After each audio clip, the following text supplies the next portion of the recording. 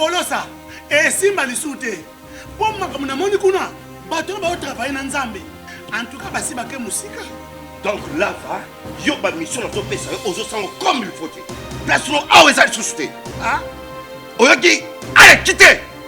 Polosa, on a battu ma ligne calme. Na le mona kekuna, na kekuna. Là va. Ah. On nous a mis dans l'orange. Comment coquette? Ah ouais, ni au Yumikaka. Vraiment. Qui ça? Et en plus, Nayoki qui est commis partout dans l'Europe, dynamique, Congo commis partout dans l'Europe. Comment coquette? Ça est commis partout. Tout comme la Suède, tout comme la Paris, tout comme la Lille, tout comme la Bruxelles. Et puis, base la mission est toujours Londres, Angleterre.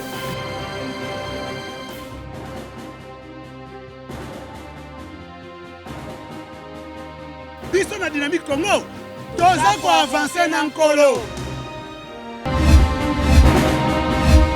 Messieurs et dames, bienvenue. Deuxième partie. Alors, nous nous excusons pour ce retard, hein, indépendamment de notre volonté.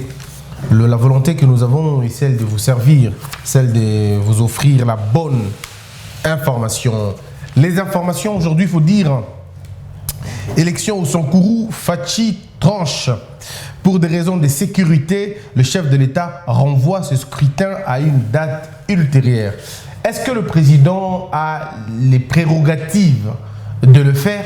Oui, lorsque la sécurité publique est menacée. Les gens vont dire, mais non, mais ça c'est une question provinciale. Mais justement, lorsque les institutions provinciales n'arrivent plus, vous savez, nous sommes sortis d'une gouvernance où les politiciens étaient un peu comme des rois. Kinshasa dictait sa politique partout. Il suffisait d'être un ministre, quand vous êtes ministre de Akin, et que vous pouvez donner tout ce que vous pouvez.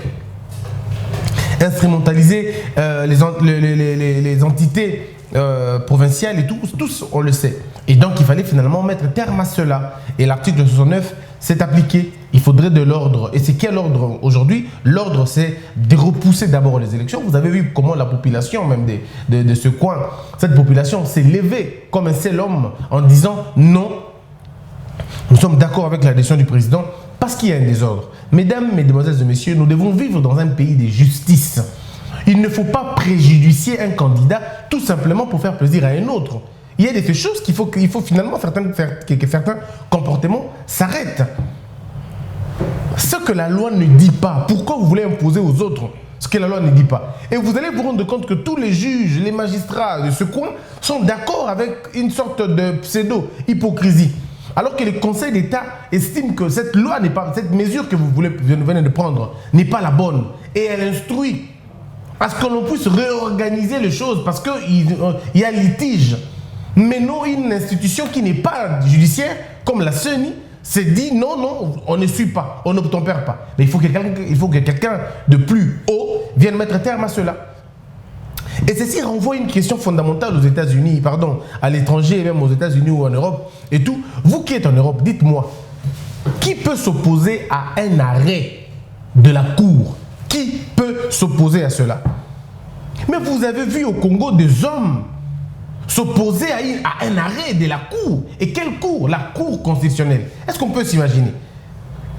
Au Congo, on a eu des gens qui se sont opposés à un arrêt de la Cour. Non, mais on était dans une société, je ne sais pas moi, nous continuons à être dans une société de gens désintégrés. Mais non, il faut trouver des solutions à cela. Et donc, ce qui se passe au Sankourou, à mon avis, je me dis, il faut qu'il y ait de l'ordre. On ne peut pas diriger un peuple par défi.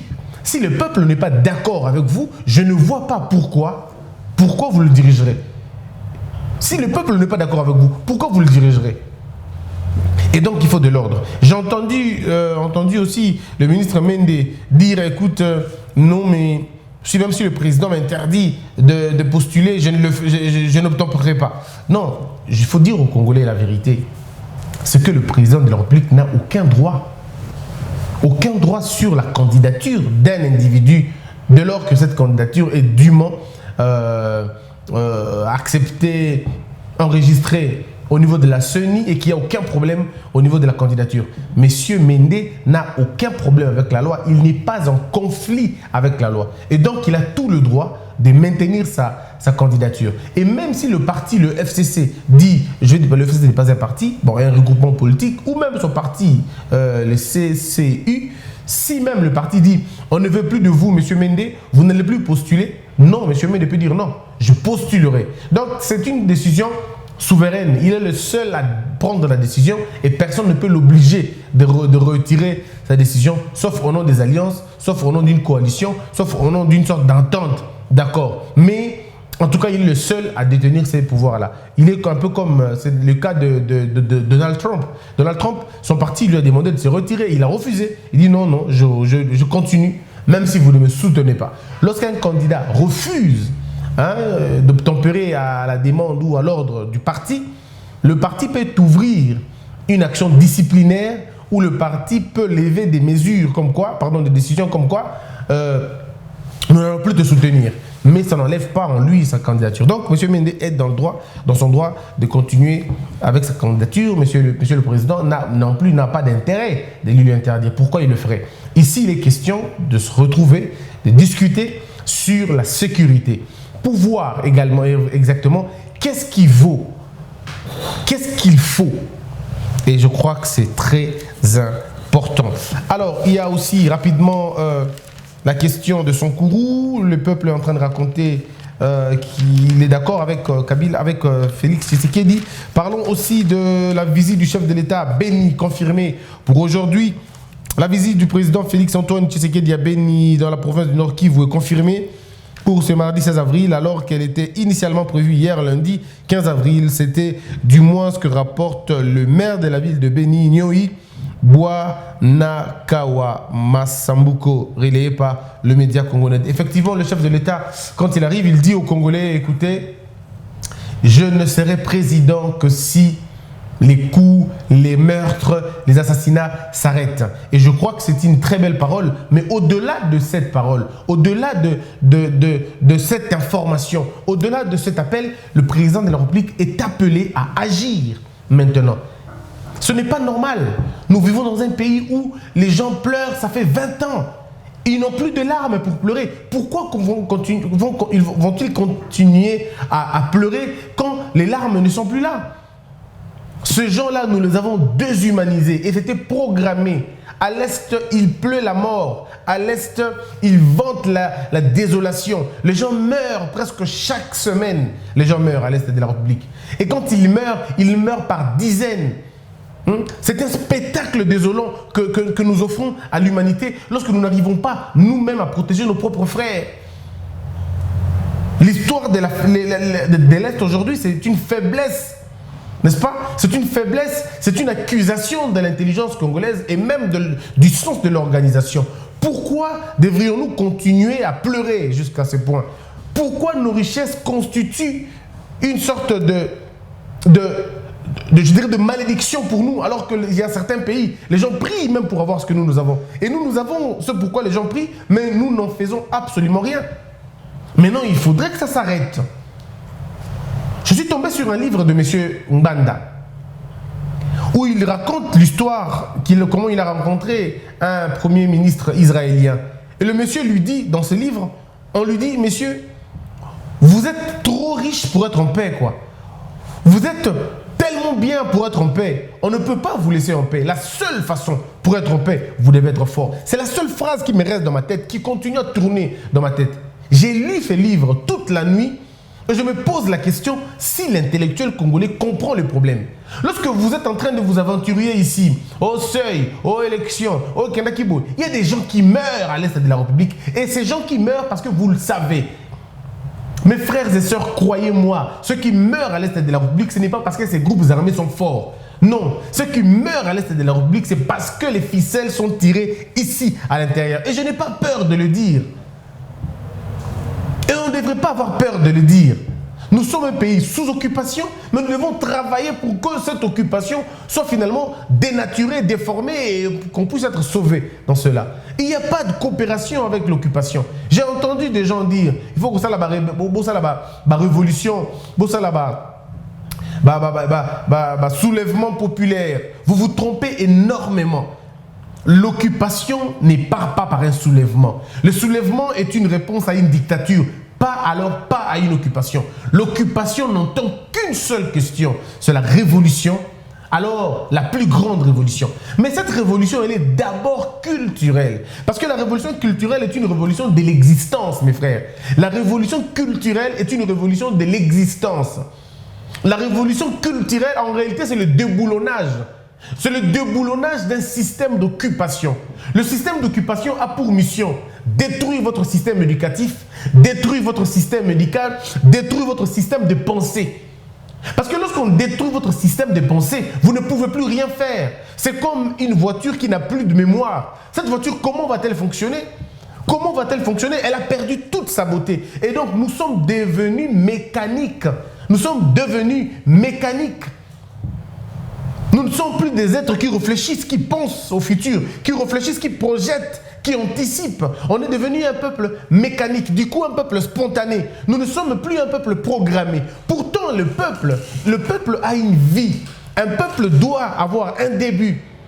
Le peuple doit avoir une continuation et le peuple doit subir de mutations chaque jour, de mutations culturelles. On doit le sentir, mais nous ne le sentons pas. Parce que nous avons été déconfigurés. Par quoi? Par l'occupation. Et lorsque quelqu'un dit, nous devons déboulonner le système, en réalité, c'est un appel aux Congolais, un appel à l'intelligence, un appel à tous pour dire, bon écoutez, on s'est beaucoup moqué de nous, on a beaucoup, pendant longtemps été la rusée du monde, nous avons été derrière tout le monde, il est temps maintenant de nous prendre en charge.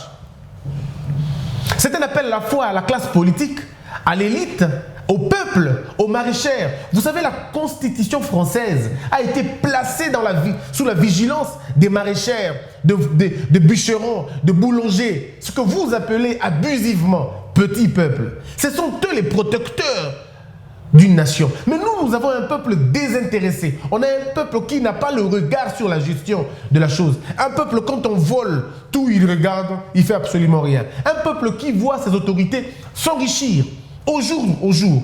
Mais bon, qui va dire mot? Tout le monde.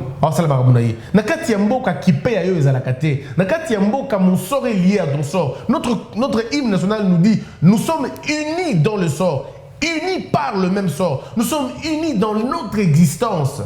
Donc pour finalement détruire l'occupation, mesdames et messieurs, vous êtes dans l'obligation.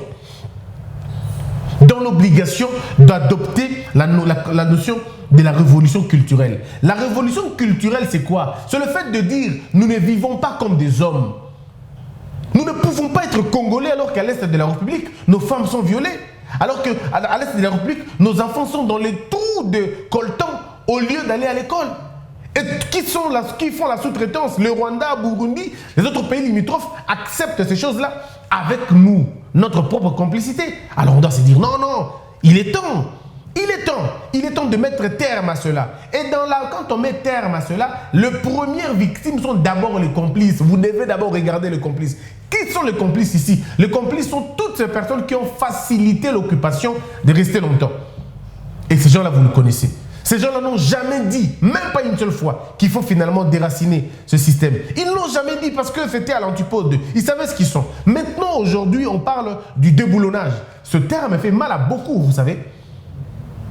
Ce terme dérange plusieurs personnes. Il y a beaucoup de gens qui se sont sentis touchés. Pourtant, le déboulonnage devait faire plaisir à tout citoyen, à tout Congolais et pris du bon sens.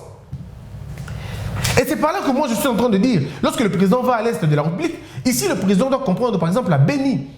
Les gens de Beni veulent vivre comme ceux de Kinshasa. C'est vrai, nous avons des problèmes de Koulouna, nous avons nos petits soucis, mais nous voulons aller au-delà de ce souci, offrir une certaine paix à l'est du Congo. Et pour donner la paix à l'est du Congo, le président de la République, parce qu'il s'agit de lui, doit définir une politique sécuritaire convenable.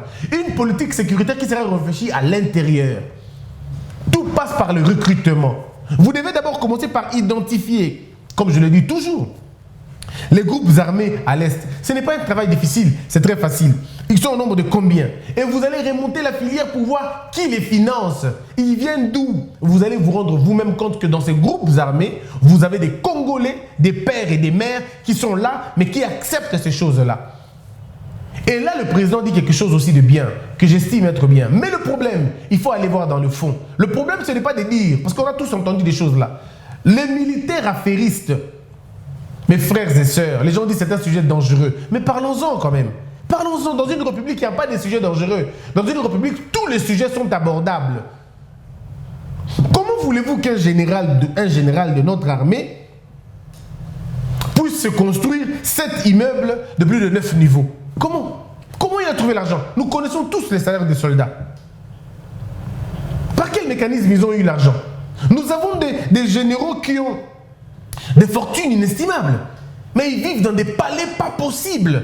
Ils sont extrêmement riches, des généraux. Parce qu'ils sont cités dans les affaires d'armes, dans les affaires de coltan, dans les affaires de minerais. Mais il faut que ça cesse, cette histoire. Il faut que ça cesse. Mais cette question d'armée, il ne faut pas aller rapidement. Il ne faut pas aller brutalement. Il faut aller méthodiquement. Parce que la configuration de notre armée, elle est tellement complexe, tellement compliquée, qu'il faut vraiment beaucoup de sagesse et beaucoup de tact pour déboulonner le mauvais système qui se trouve dans l'armée.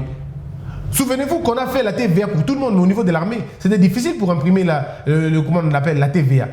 Vous savez pourquoi? Parce que certains militaires avaient dit « Niet, nous allons payer les soldats nous-mêmes sur le banc. Nous allons le payer sur le banc.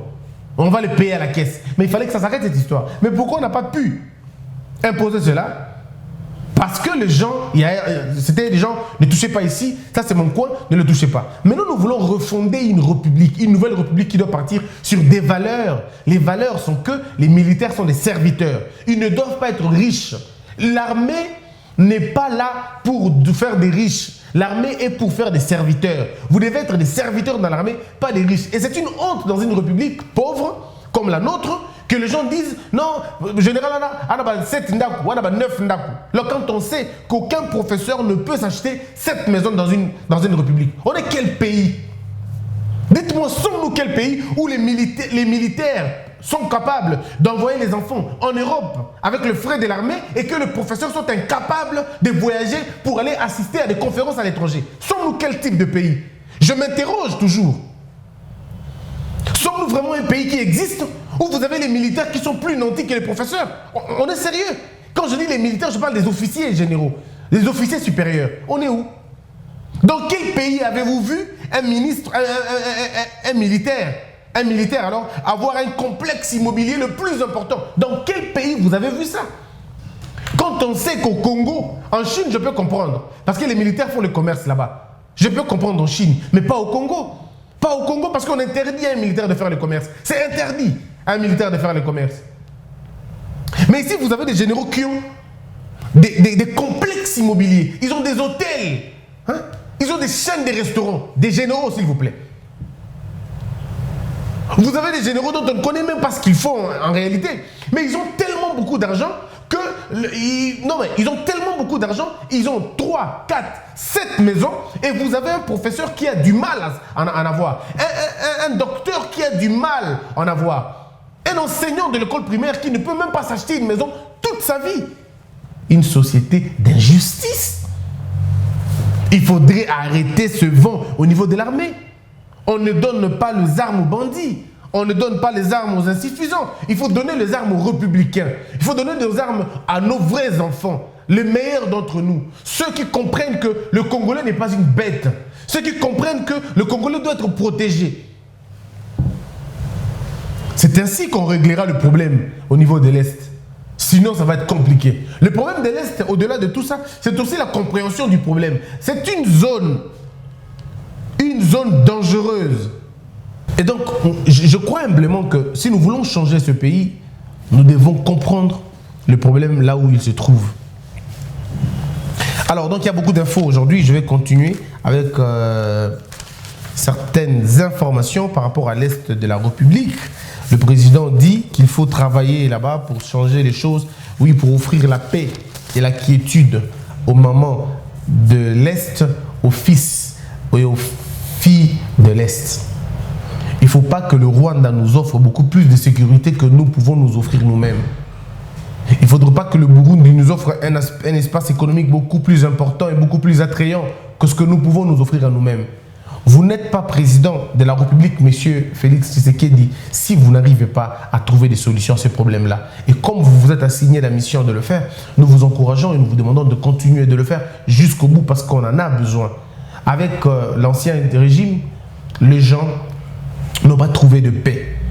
Leur vie, la vie de ces gens-là était dérangée. Lorsque vous avez à l'époque de Mobutu, c'était assez calme, assez tranquille. Parce que moi, personnellement, j'ai vécu à l'Est de la République. J'ai vécu pendant 9 ans là-bas.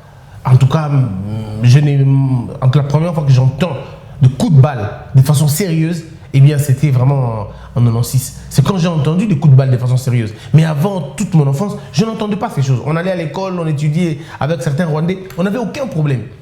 Mais c'est en 96 que ce côté-là est devenu finalement un labyrinthe ou sinon une capitale de la mort. Mais la question, elle est beaucoup plus claire aujourd'hui. Même n'importe qui sait le problème qui se vit là-bas. Et donc, on doit trouver des solutions à ces problèmes-là. Poursuivons les informations aujourd'hui. Vous avez aussi la nouvelle selon laquelle le président de la République est attendu par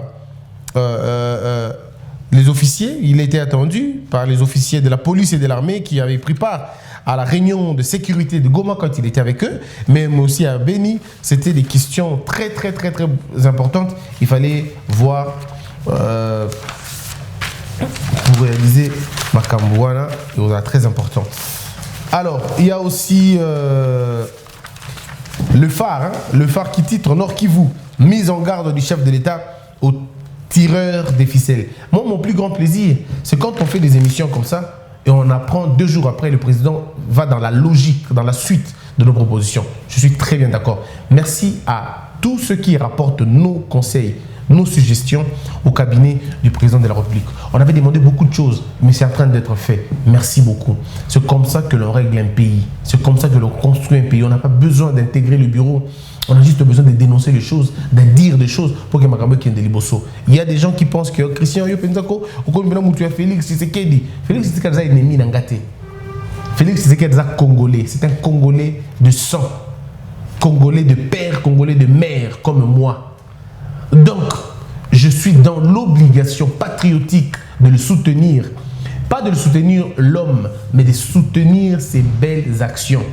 Quand il a des belles initiatives, c'est à nous Congolais, pas seulement à moi, mais c'est à nous Congolais de soutenir cette initiative-là. S'il commence à sortir de la ligne, s'il commence à tomber dans le plaisir du pouvoir, bon, Babenganga président, Nakitanase, Babele Langaï, Baboko Pembe, en ce moment-là, on reviendra pour dire, monsieur le président, vous vous écartez de la ligne.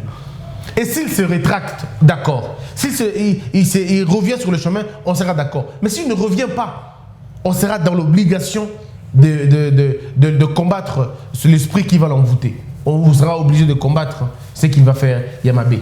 Mais mesdames et messieurs, jusque-là, il n'a pas fait quelque chose de mal.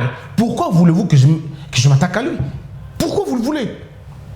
Non, ça ne sert absolument à rien. Ne comptez pas sur moi. Il y a déjà des journalistes qui le font bien, qui continuent à le faire. Ceux qui pensent qu'en faisant cela, ils aident le pays où ils sont beaucoup plus patriotes. Parce que je me pose une question. Je suis en train de me poser la question. Comment je fais? Naye, la fongoli caméra, au moins filmé, à Tobandi. Allez, je commence à insulter. non mais franchement je ne souris pas. Après avoir fait un truc pareil, quand je rentre à la maison, non, je meurs quand même. Non mais je peux pas. Je ne peux pas insulter quelqu'un. Même si cette personne commet une bêtise, je ne peux pas l'insulter. Parce que l'insulte n'est pas une réponse à quelque chose. Non, l'insulte est une faiblesse mentale. Je ne peux pas, c'est une faiblesse. Mes frères, tous ceux qui insultent sont faibles mentalement. Ils n'ont pas d'argument. Pourtant, quelqu'un qui est déjà faible, quelqu'un qui commet une bêtise, vous n'avez même pas besoin de l'insulter. Vous avez juste besoin de relever ou de révéler ce qu'il fait de mal. C'est tout simplement ça. Quand vous critiquez l'action à Moutou, oh ça l'a Mabé, ça vous donne un poids et même aux yeux du monde, on vous comprend. Mais si vous êtes en train d'insulter quelqu'un parce que vous estimez qu'il a fait le mal, mais vous êtes en train de commettre le mal, vous tous. Et dans le cas où tu as dit que tu as film, mais na yo, au commettre une brutalité, na ye, vous êtes tous dans le mal, à des échelons différents. Mais si quelqu'un est tombé dans une boue, est tombé dans la boue, pardon, tu commences à lui faire des remarques. Monsieur, c'est une boue. Ça peut te rapporter beaucoup de choses à ma baie. Ça peut te. Quand tu es dans ça, même ceux qui vous suivent disent, oh, le gars est sérieux. Mais nous, au Congo, ce n'est pas le cas. Quand on n'est pas d'accord avec quelqu'un, allez, on l'insulte. Quand on n'est pas d'accord avec quelqu'un, on l'insulte. Et nous sommes finalement un groupe d'insulteurs. Et nous voulons construire un nouveau Congo avec les insultes. Ben, je ne sais pas. Je ne sais pas. Il y a des choses qu'il faut finalement comprendre. Et là, moi bien. Officier affairiste, bientôt, c'est la fin. Il y a des choses qui se passent dans notre armée, beaucoup on a image. Il faudrait peut-être en parler un autre jour sur la question de l'armée. Mais frère, pourquoi nos militaires souffrent? Pourquoi nos militaires n'ont pas d'argent? Pourquoi nos militaires n'ont pas de vie? Pourquoi nos militaires ne peuvent pas aujourd'hui commettre à Tolopé, Badaloko, Baninga? Pourquoi? Regardez comment nos militaires vivent. Mais ils vivent très mal. Les militaires demandent de l'argent dans des bars. Parce qu'ils ont 100 $. Il y en a qui ont 120 $. Mais avec 120 $, comment vont-ils vivre? Aujourd'hui, vous avez entendu la nouvelle, le président de la République a dit qu'il fallait c'est la banque prime. N'habitez ce qui est commis déjà opérationnel, il faut que je vérifie sur la question. C'était déjà des décisions qui étaient prises, qu'il fallait ajouter de la prime aux militaires. C'était une très bonne chose. Mais la prime, c'est bien bon. Mais il faut d'abord le salaire de base. Que demande un militaire? Il ne demande pas de... Mais je n'ai vu aucun militaire dans Balabala au Prado. Aucun militaire ne demande un Prado. Aucun policier ne demande un Prado. Basengi Prado T, Basengi TXT. Basengi peut téléphone et Samsung 9T. Ces militaires demandent une seule chose, les conditions de vie. Ils demandent seulement une seule chose, humaniser le terrain na bango, humaniser la caserne na bango, na camp militaire na bango. C'est tout ce qu'ils demandent. Un policier veut protéger l'homme et c'est bien, mais il veut que l'État protège sa femme et ses enfants. Est-ce que c'est trop demandé? Quelqu'un qui dit je mets ma vie en jeu, mais protéger sa femme et ses enfants. C'est une question de moralité, mon frère. Le président de la République, il est protégé par la garde présidentielle. Posons-nous des questions. Le président est protégé par la garde républicaine. Mais qui protège les policiers? Qui protège l'enseignant? Qui protège le fonctionnaire public? Qui protège l'avocat? Qui protège les magistrats? Qui les protège? Parce que le président, lui, il est protégé par la garde républicaine. Les militaires sont protégés par des policiers. Mais oui, mais qui protège les policiers? Qui protège les professeurs? Si vous comprenez la dimension de mon énoncé, vous comprendrez que je ne demande pas que tout le monde ait un policier derrière lui. Ce n'est pas le cas. Mais je suis en train de parler des assises, mes frères. Des assises. Il est important qu'un policier soit mis dans de très bonnes conditions. Si le policier est mis dans les bonnes conditions, vous allez demander plus à ce policier-là. Vous lui demanderez beaucoup plus. Il ne faut pas que Moussa la police, la Moussa la loi est offélée. Moussa la soda, la Moussa la loi est offélée. Il y a des statistiques qui ont été faites. Lorsque vous posez la question à 10 jeunes Congolais qui ont fait leurs études, vous leur demandez, voulez-vous faire une carrière dans la police? Ce monsieur risque de ne plus jamais vous parler toute sa vie. Neti homo penasisi magamnaye boye outi na izipa azoya na ba ko ya umba no telemisi homo on gosta la police mais le gars ne te parlera plus jamais.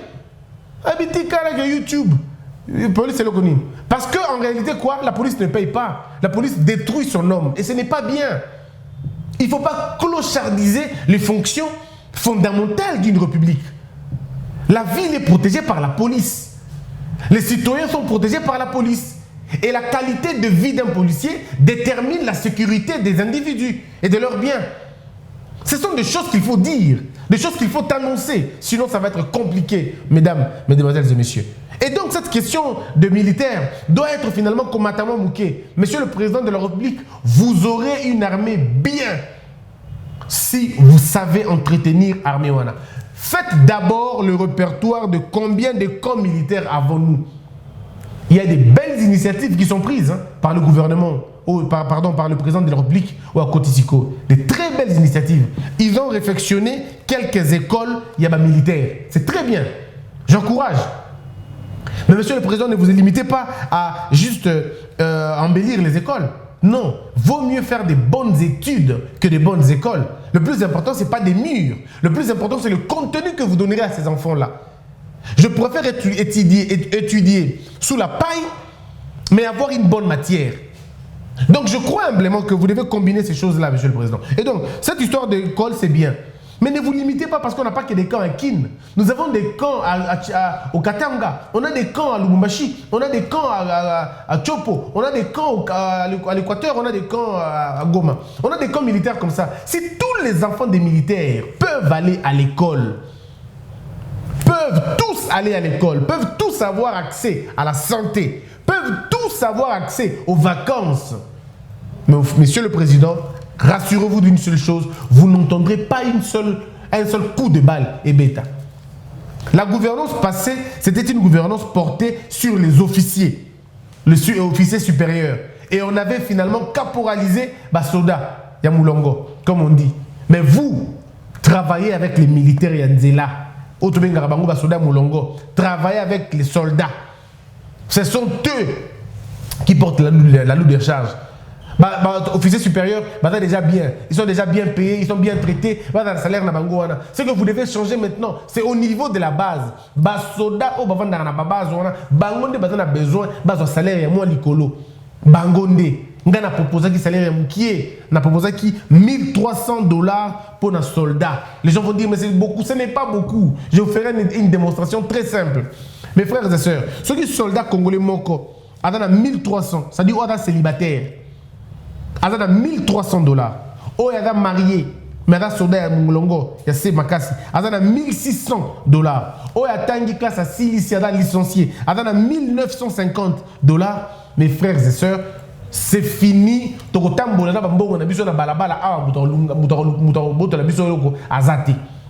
Vous pouvez me croire. Et les gens vont dire, ils vont trouver l'argent où? Mais ils vont trouver l'argent si vous baissez les salaires de vos députés. Vous baissez les salaires de vos députés. Vous baissez les salaires du président et du cabinet du président. Comment je dirais, vous baissez le volume effectif aux institutions de la République. Permettez-moi de le dire.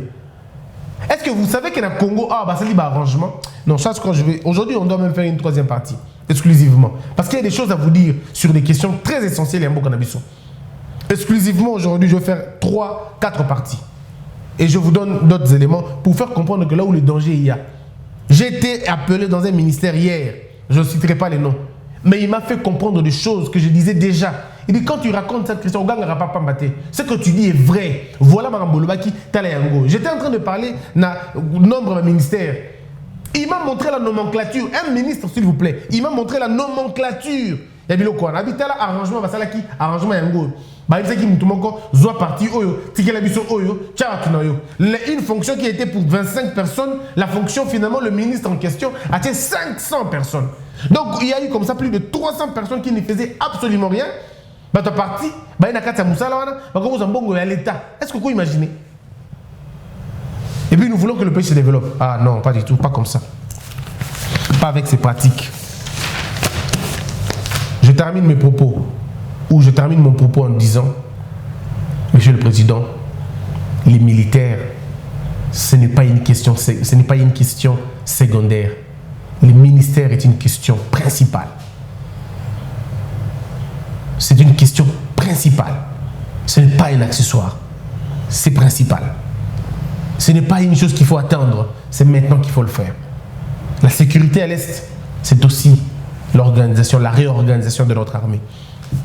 Homo Fortus Elikia, Jérémy Maïkondi Mangboko, merci de nous suivre et merci de nous accompagner dans notre lutte.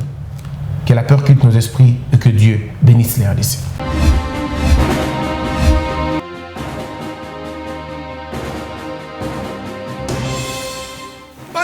Polosa et simba lisute pour makambo na moni kuna bato ba travailler na nzambe en tout cas basi bake musika donc là va yo ba mission na to pesa aux sango comme il faut place no awe za susute ah oyoki allez quitter Polosa on na bacha bani na kanya na lomo na kekuna là va ah on nous a arrangé comment coquette ah ouais vraiment. Et en plus, il y a qui ont commis partout dans l'Europe, dynamique, commis partout dans l'Europe. Comment coquette, ça est commis partout. Tout comme en Suède, tout comme à Paris, tout comme à Lille, tout comme à Bruxelles, et puis base la mission est toujours Londres, Angleterre.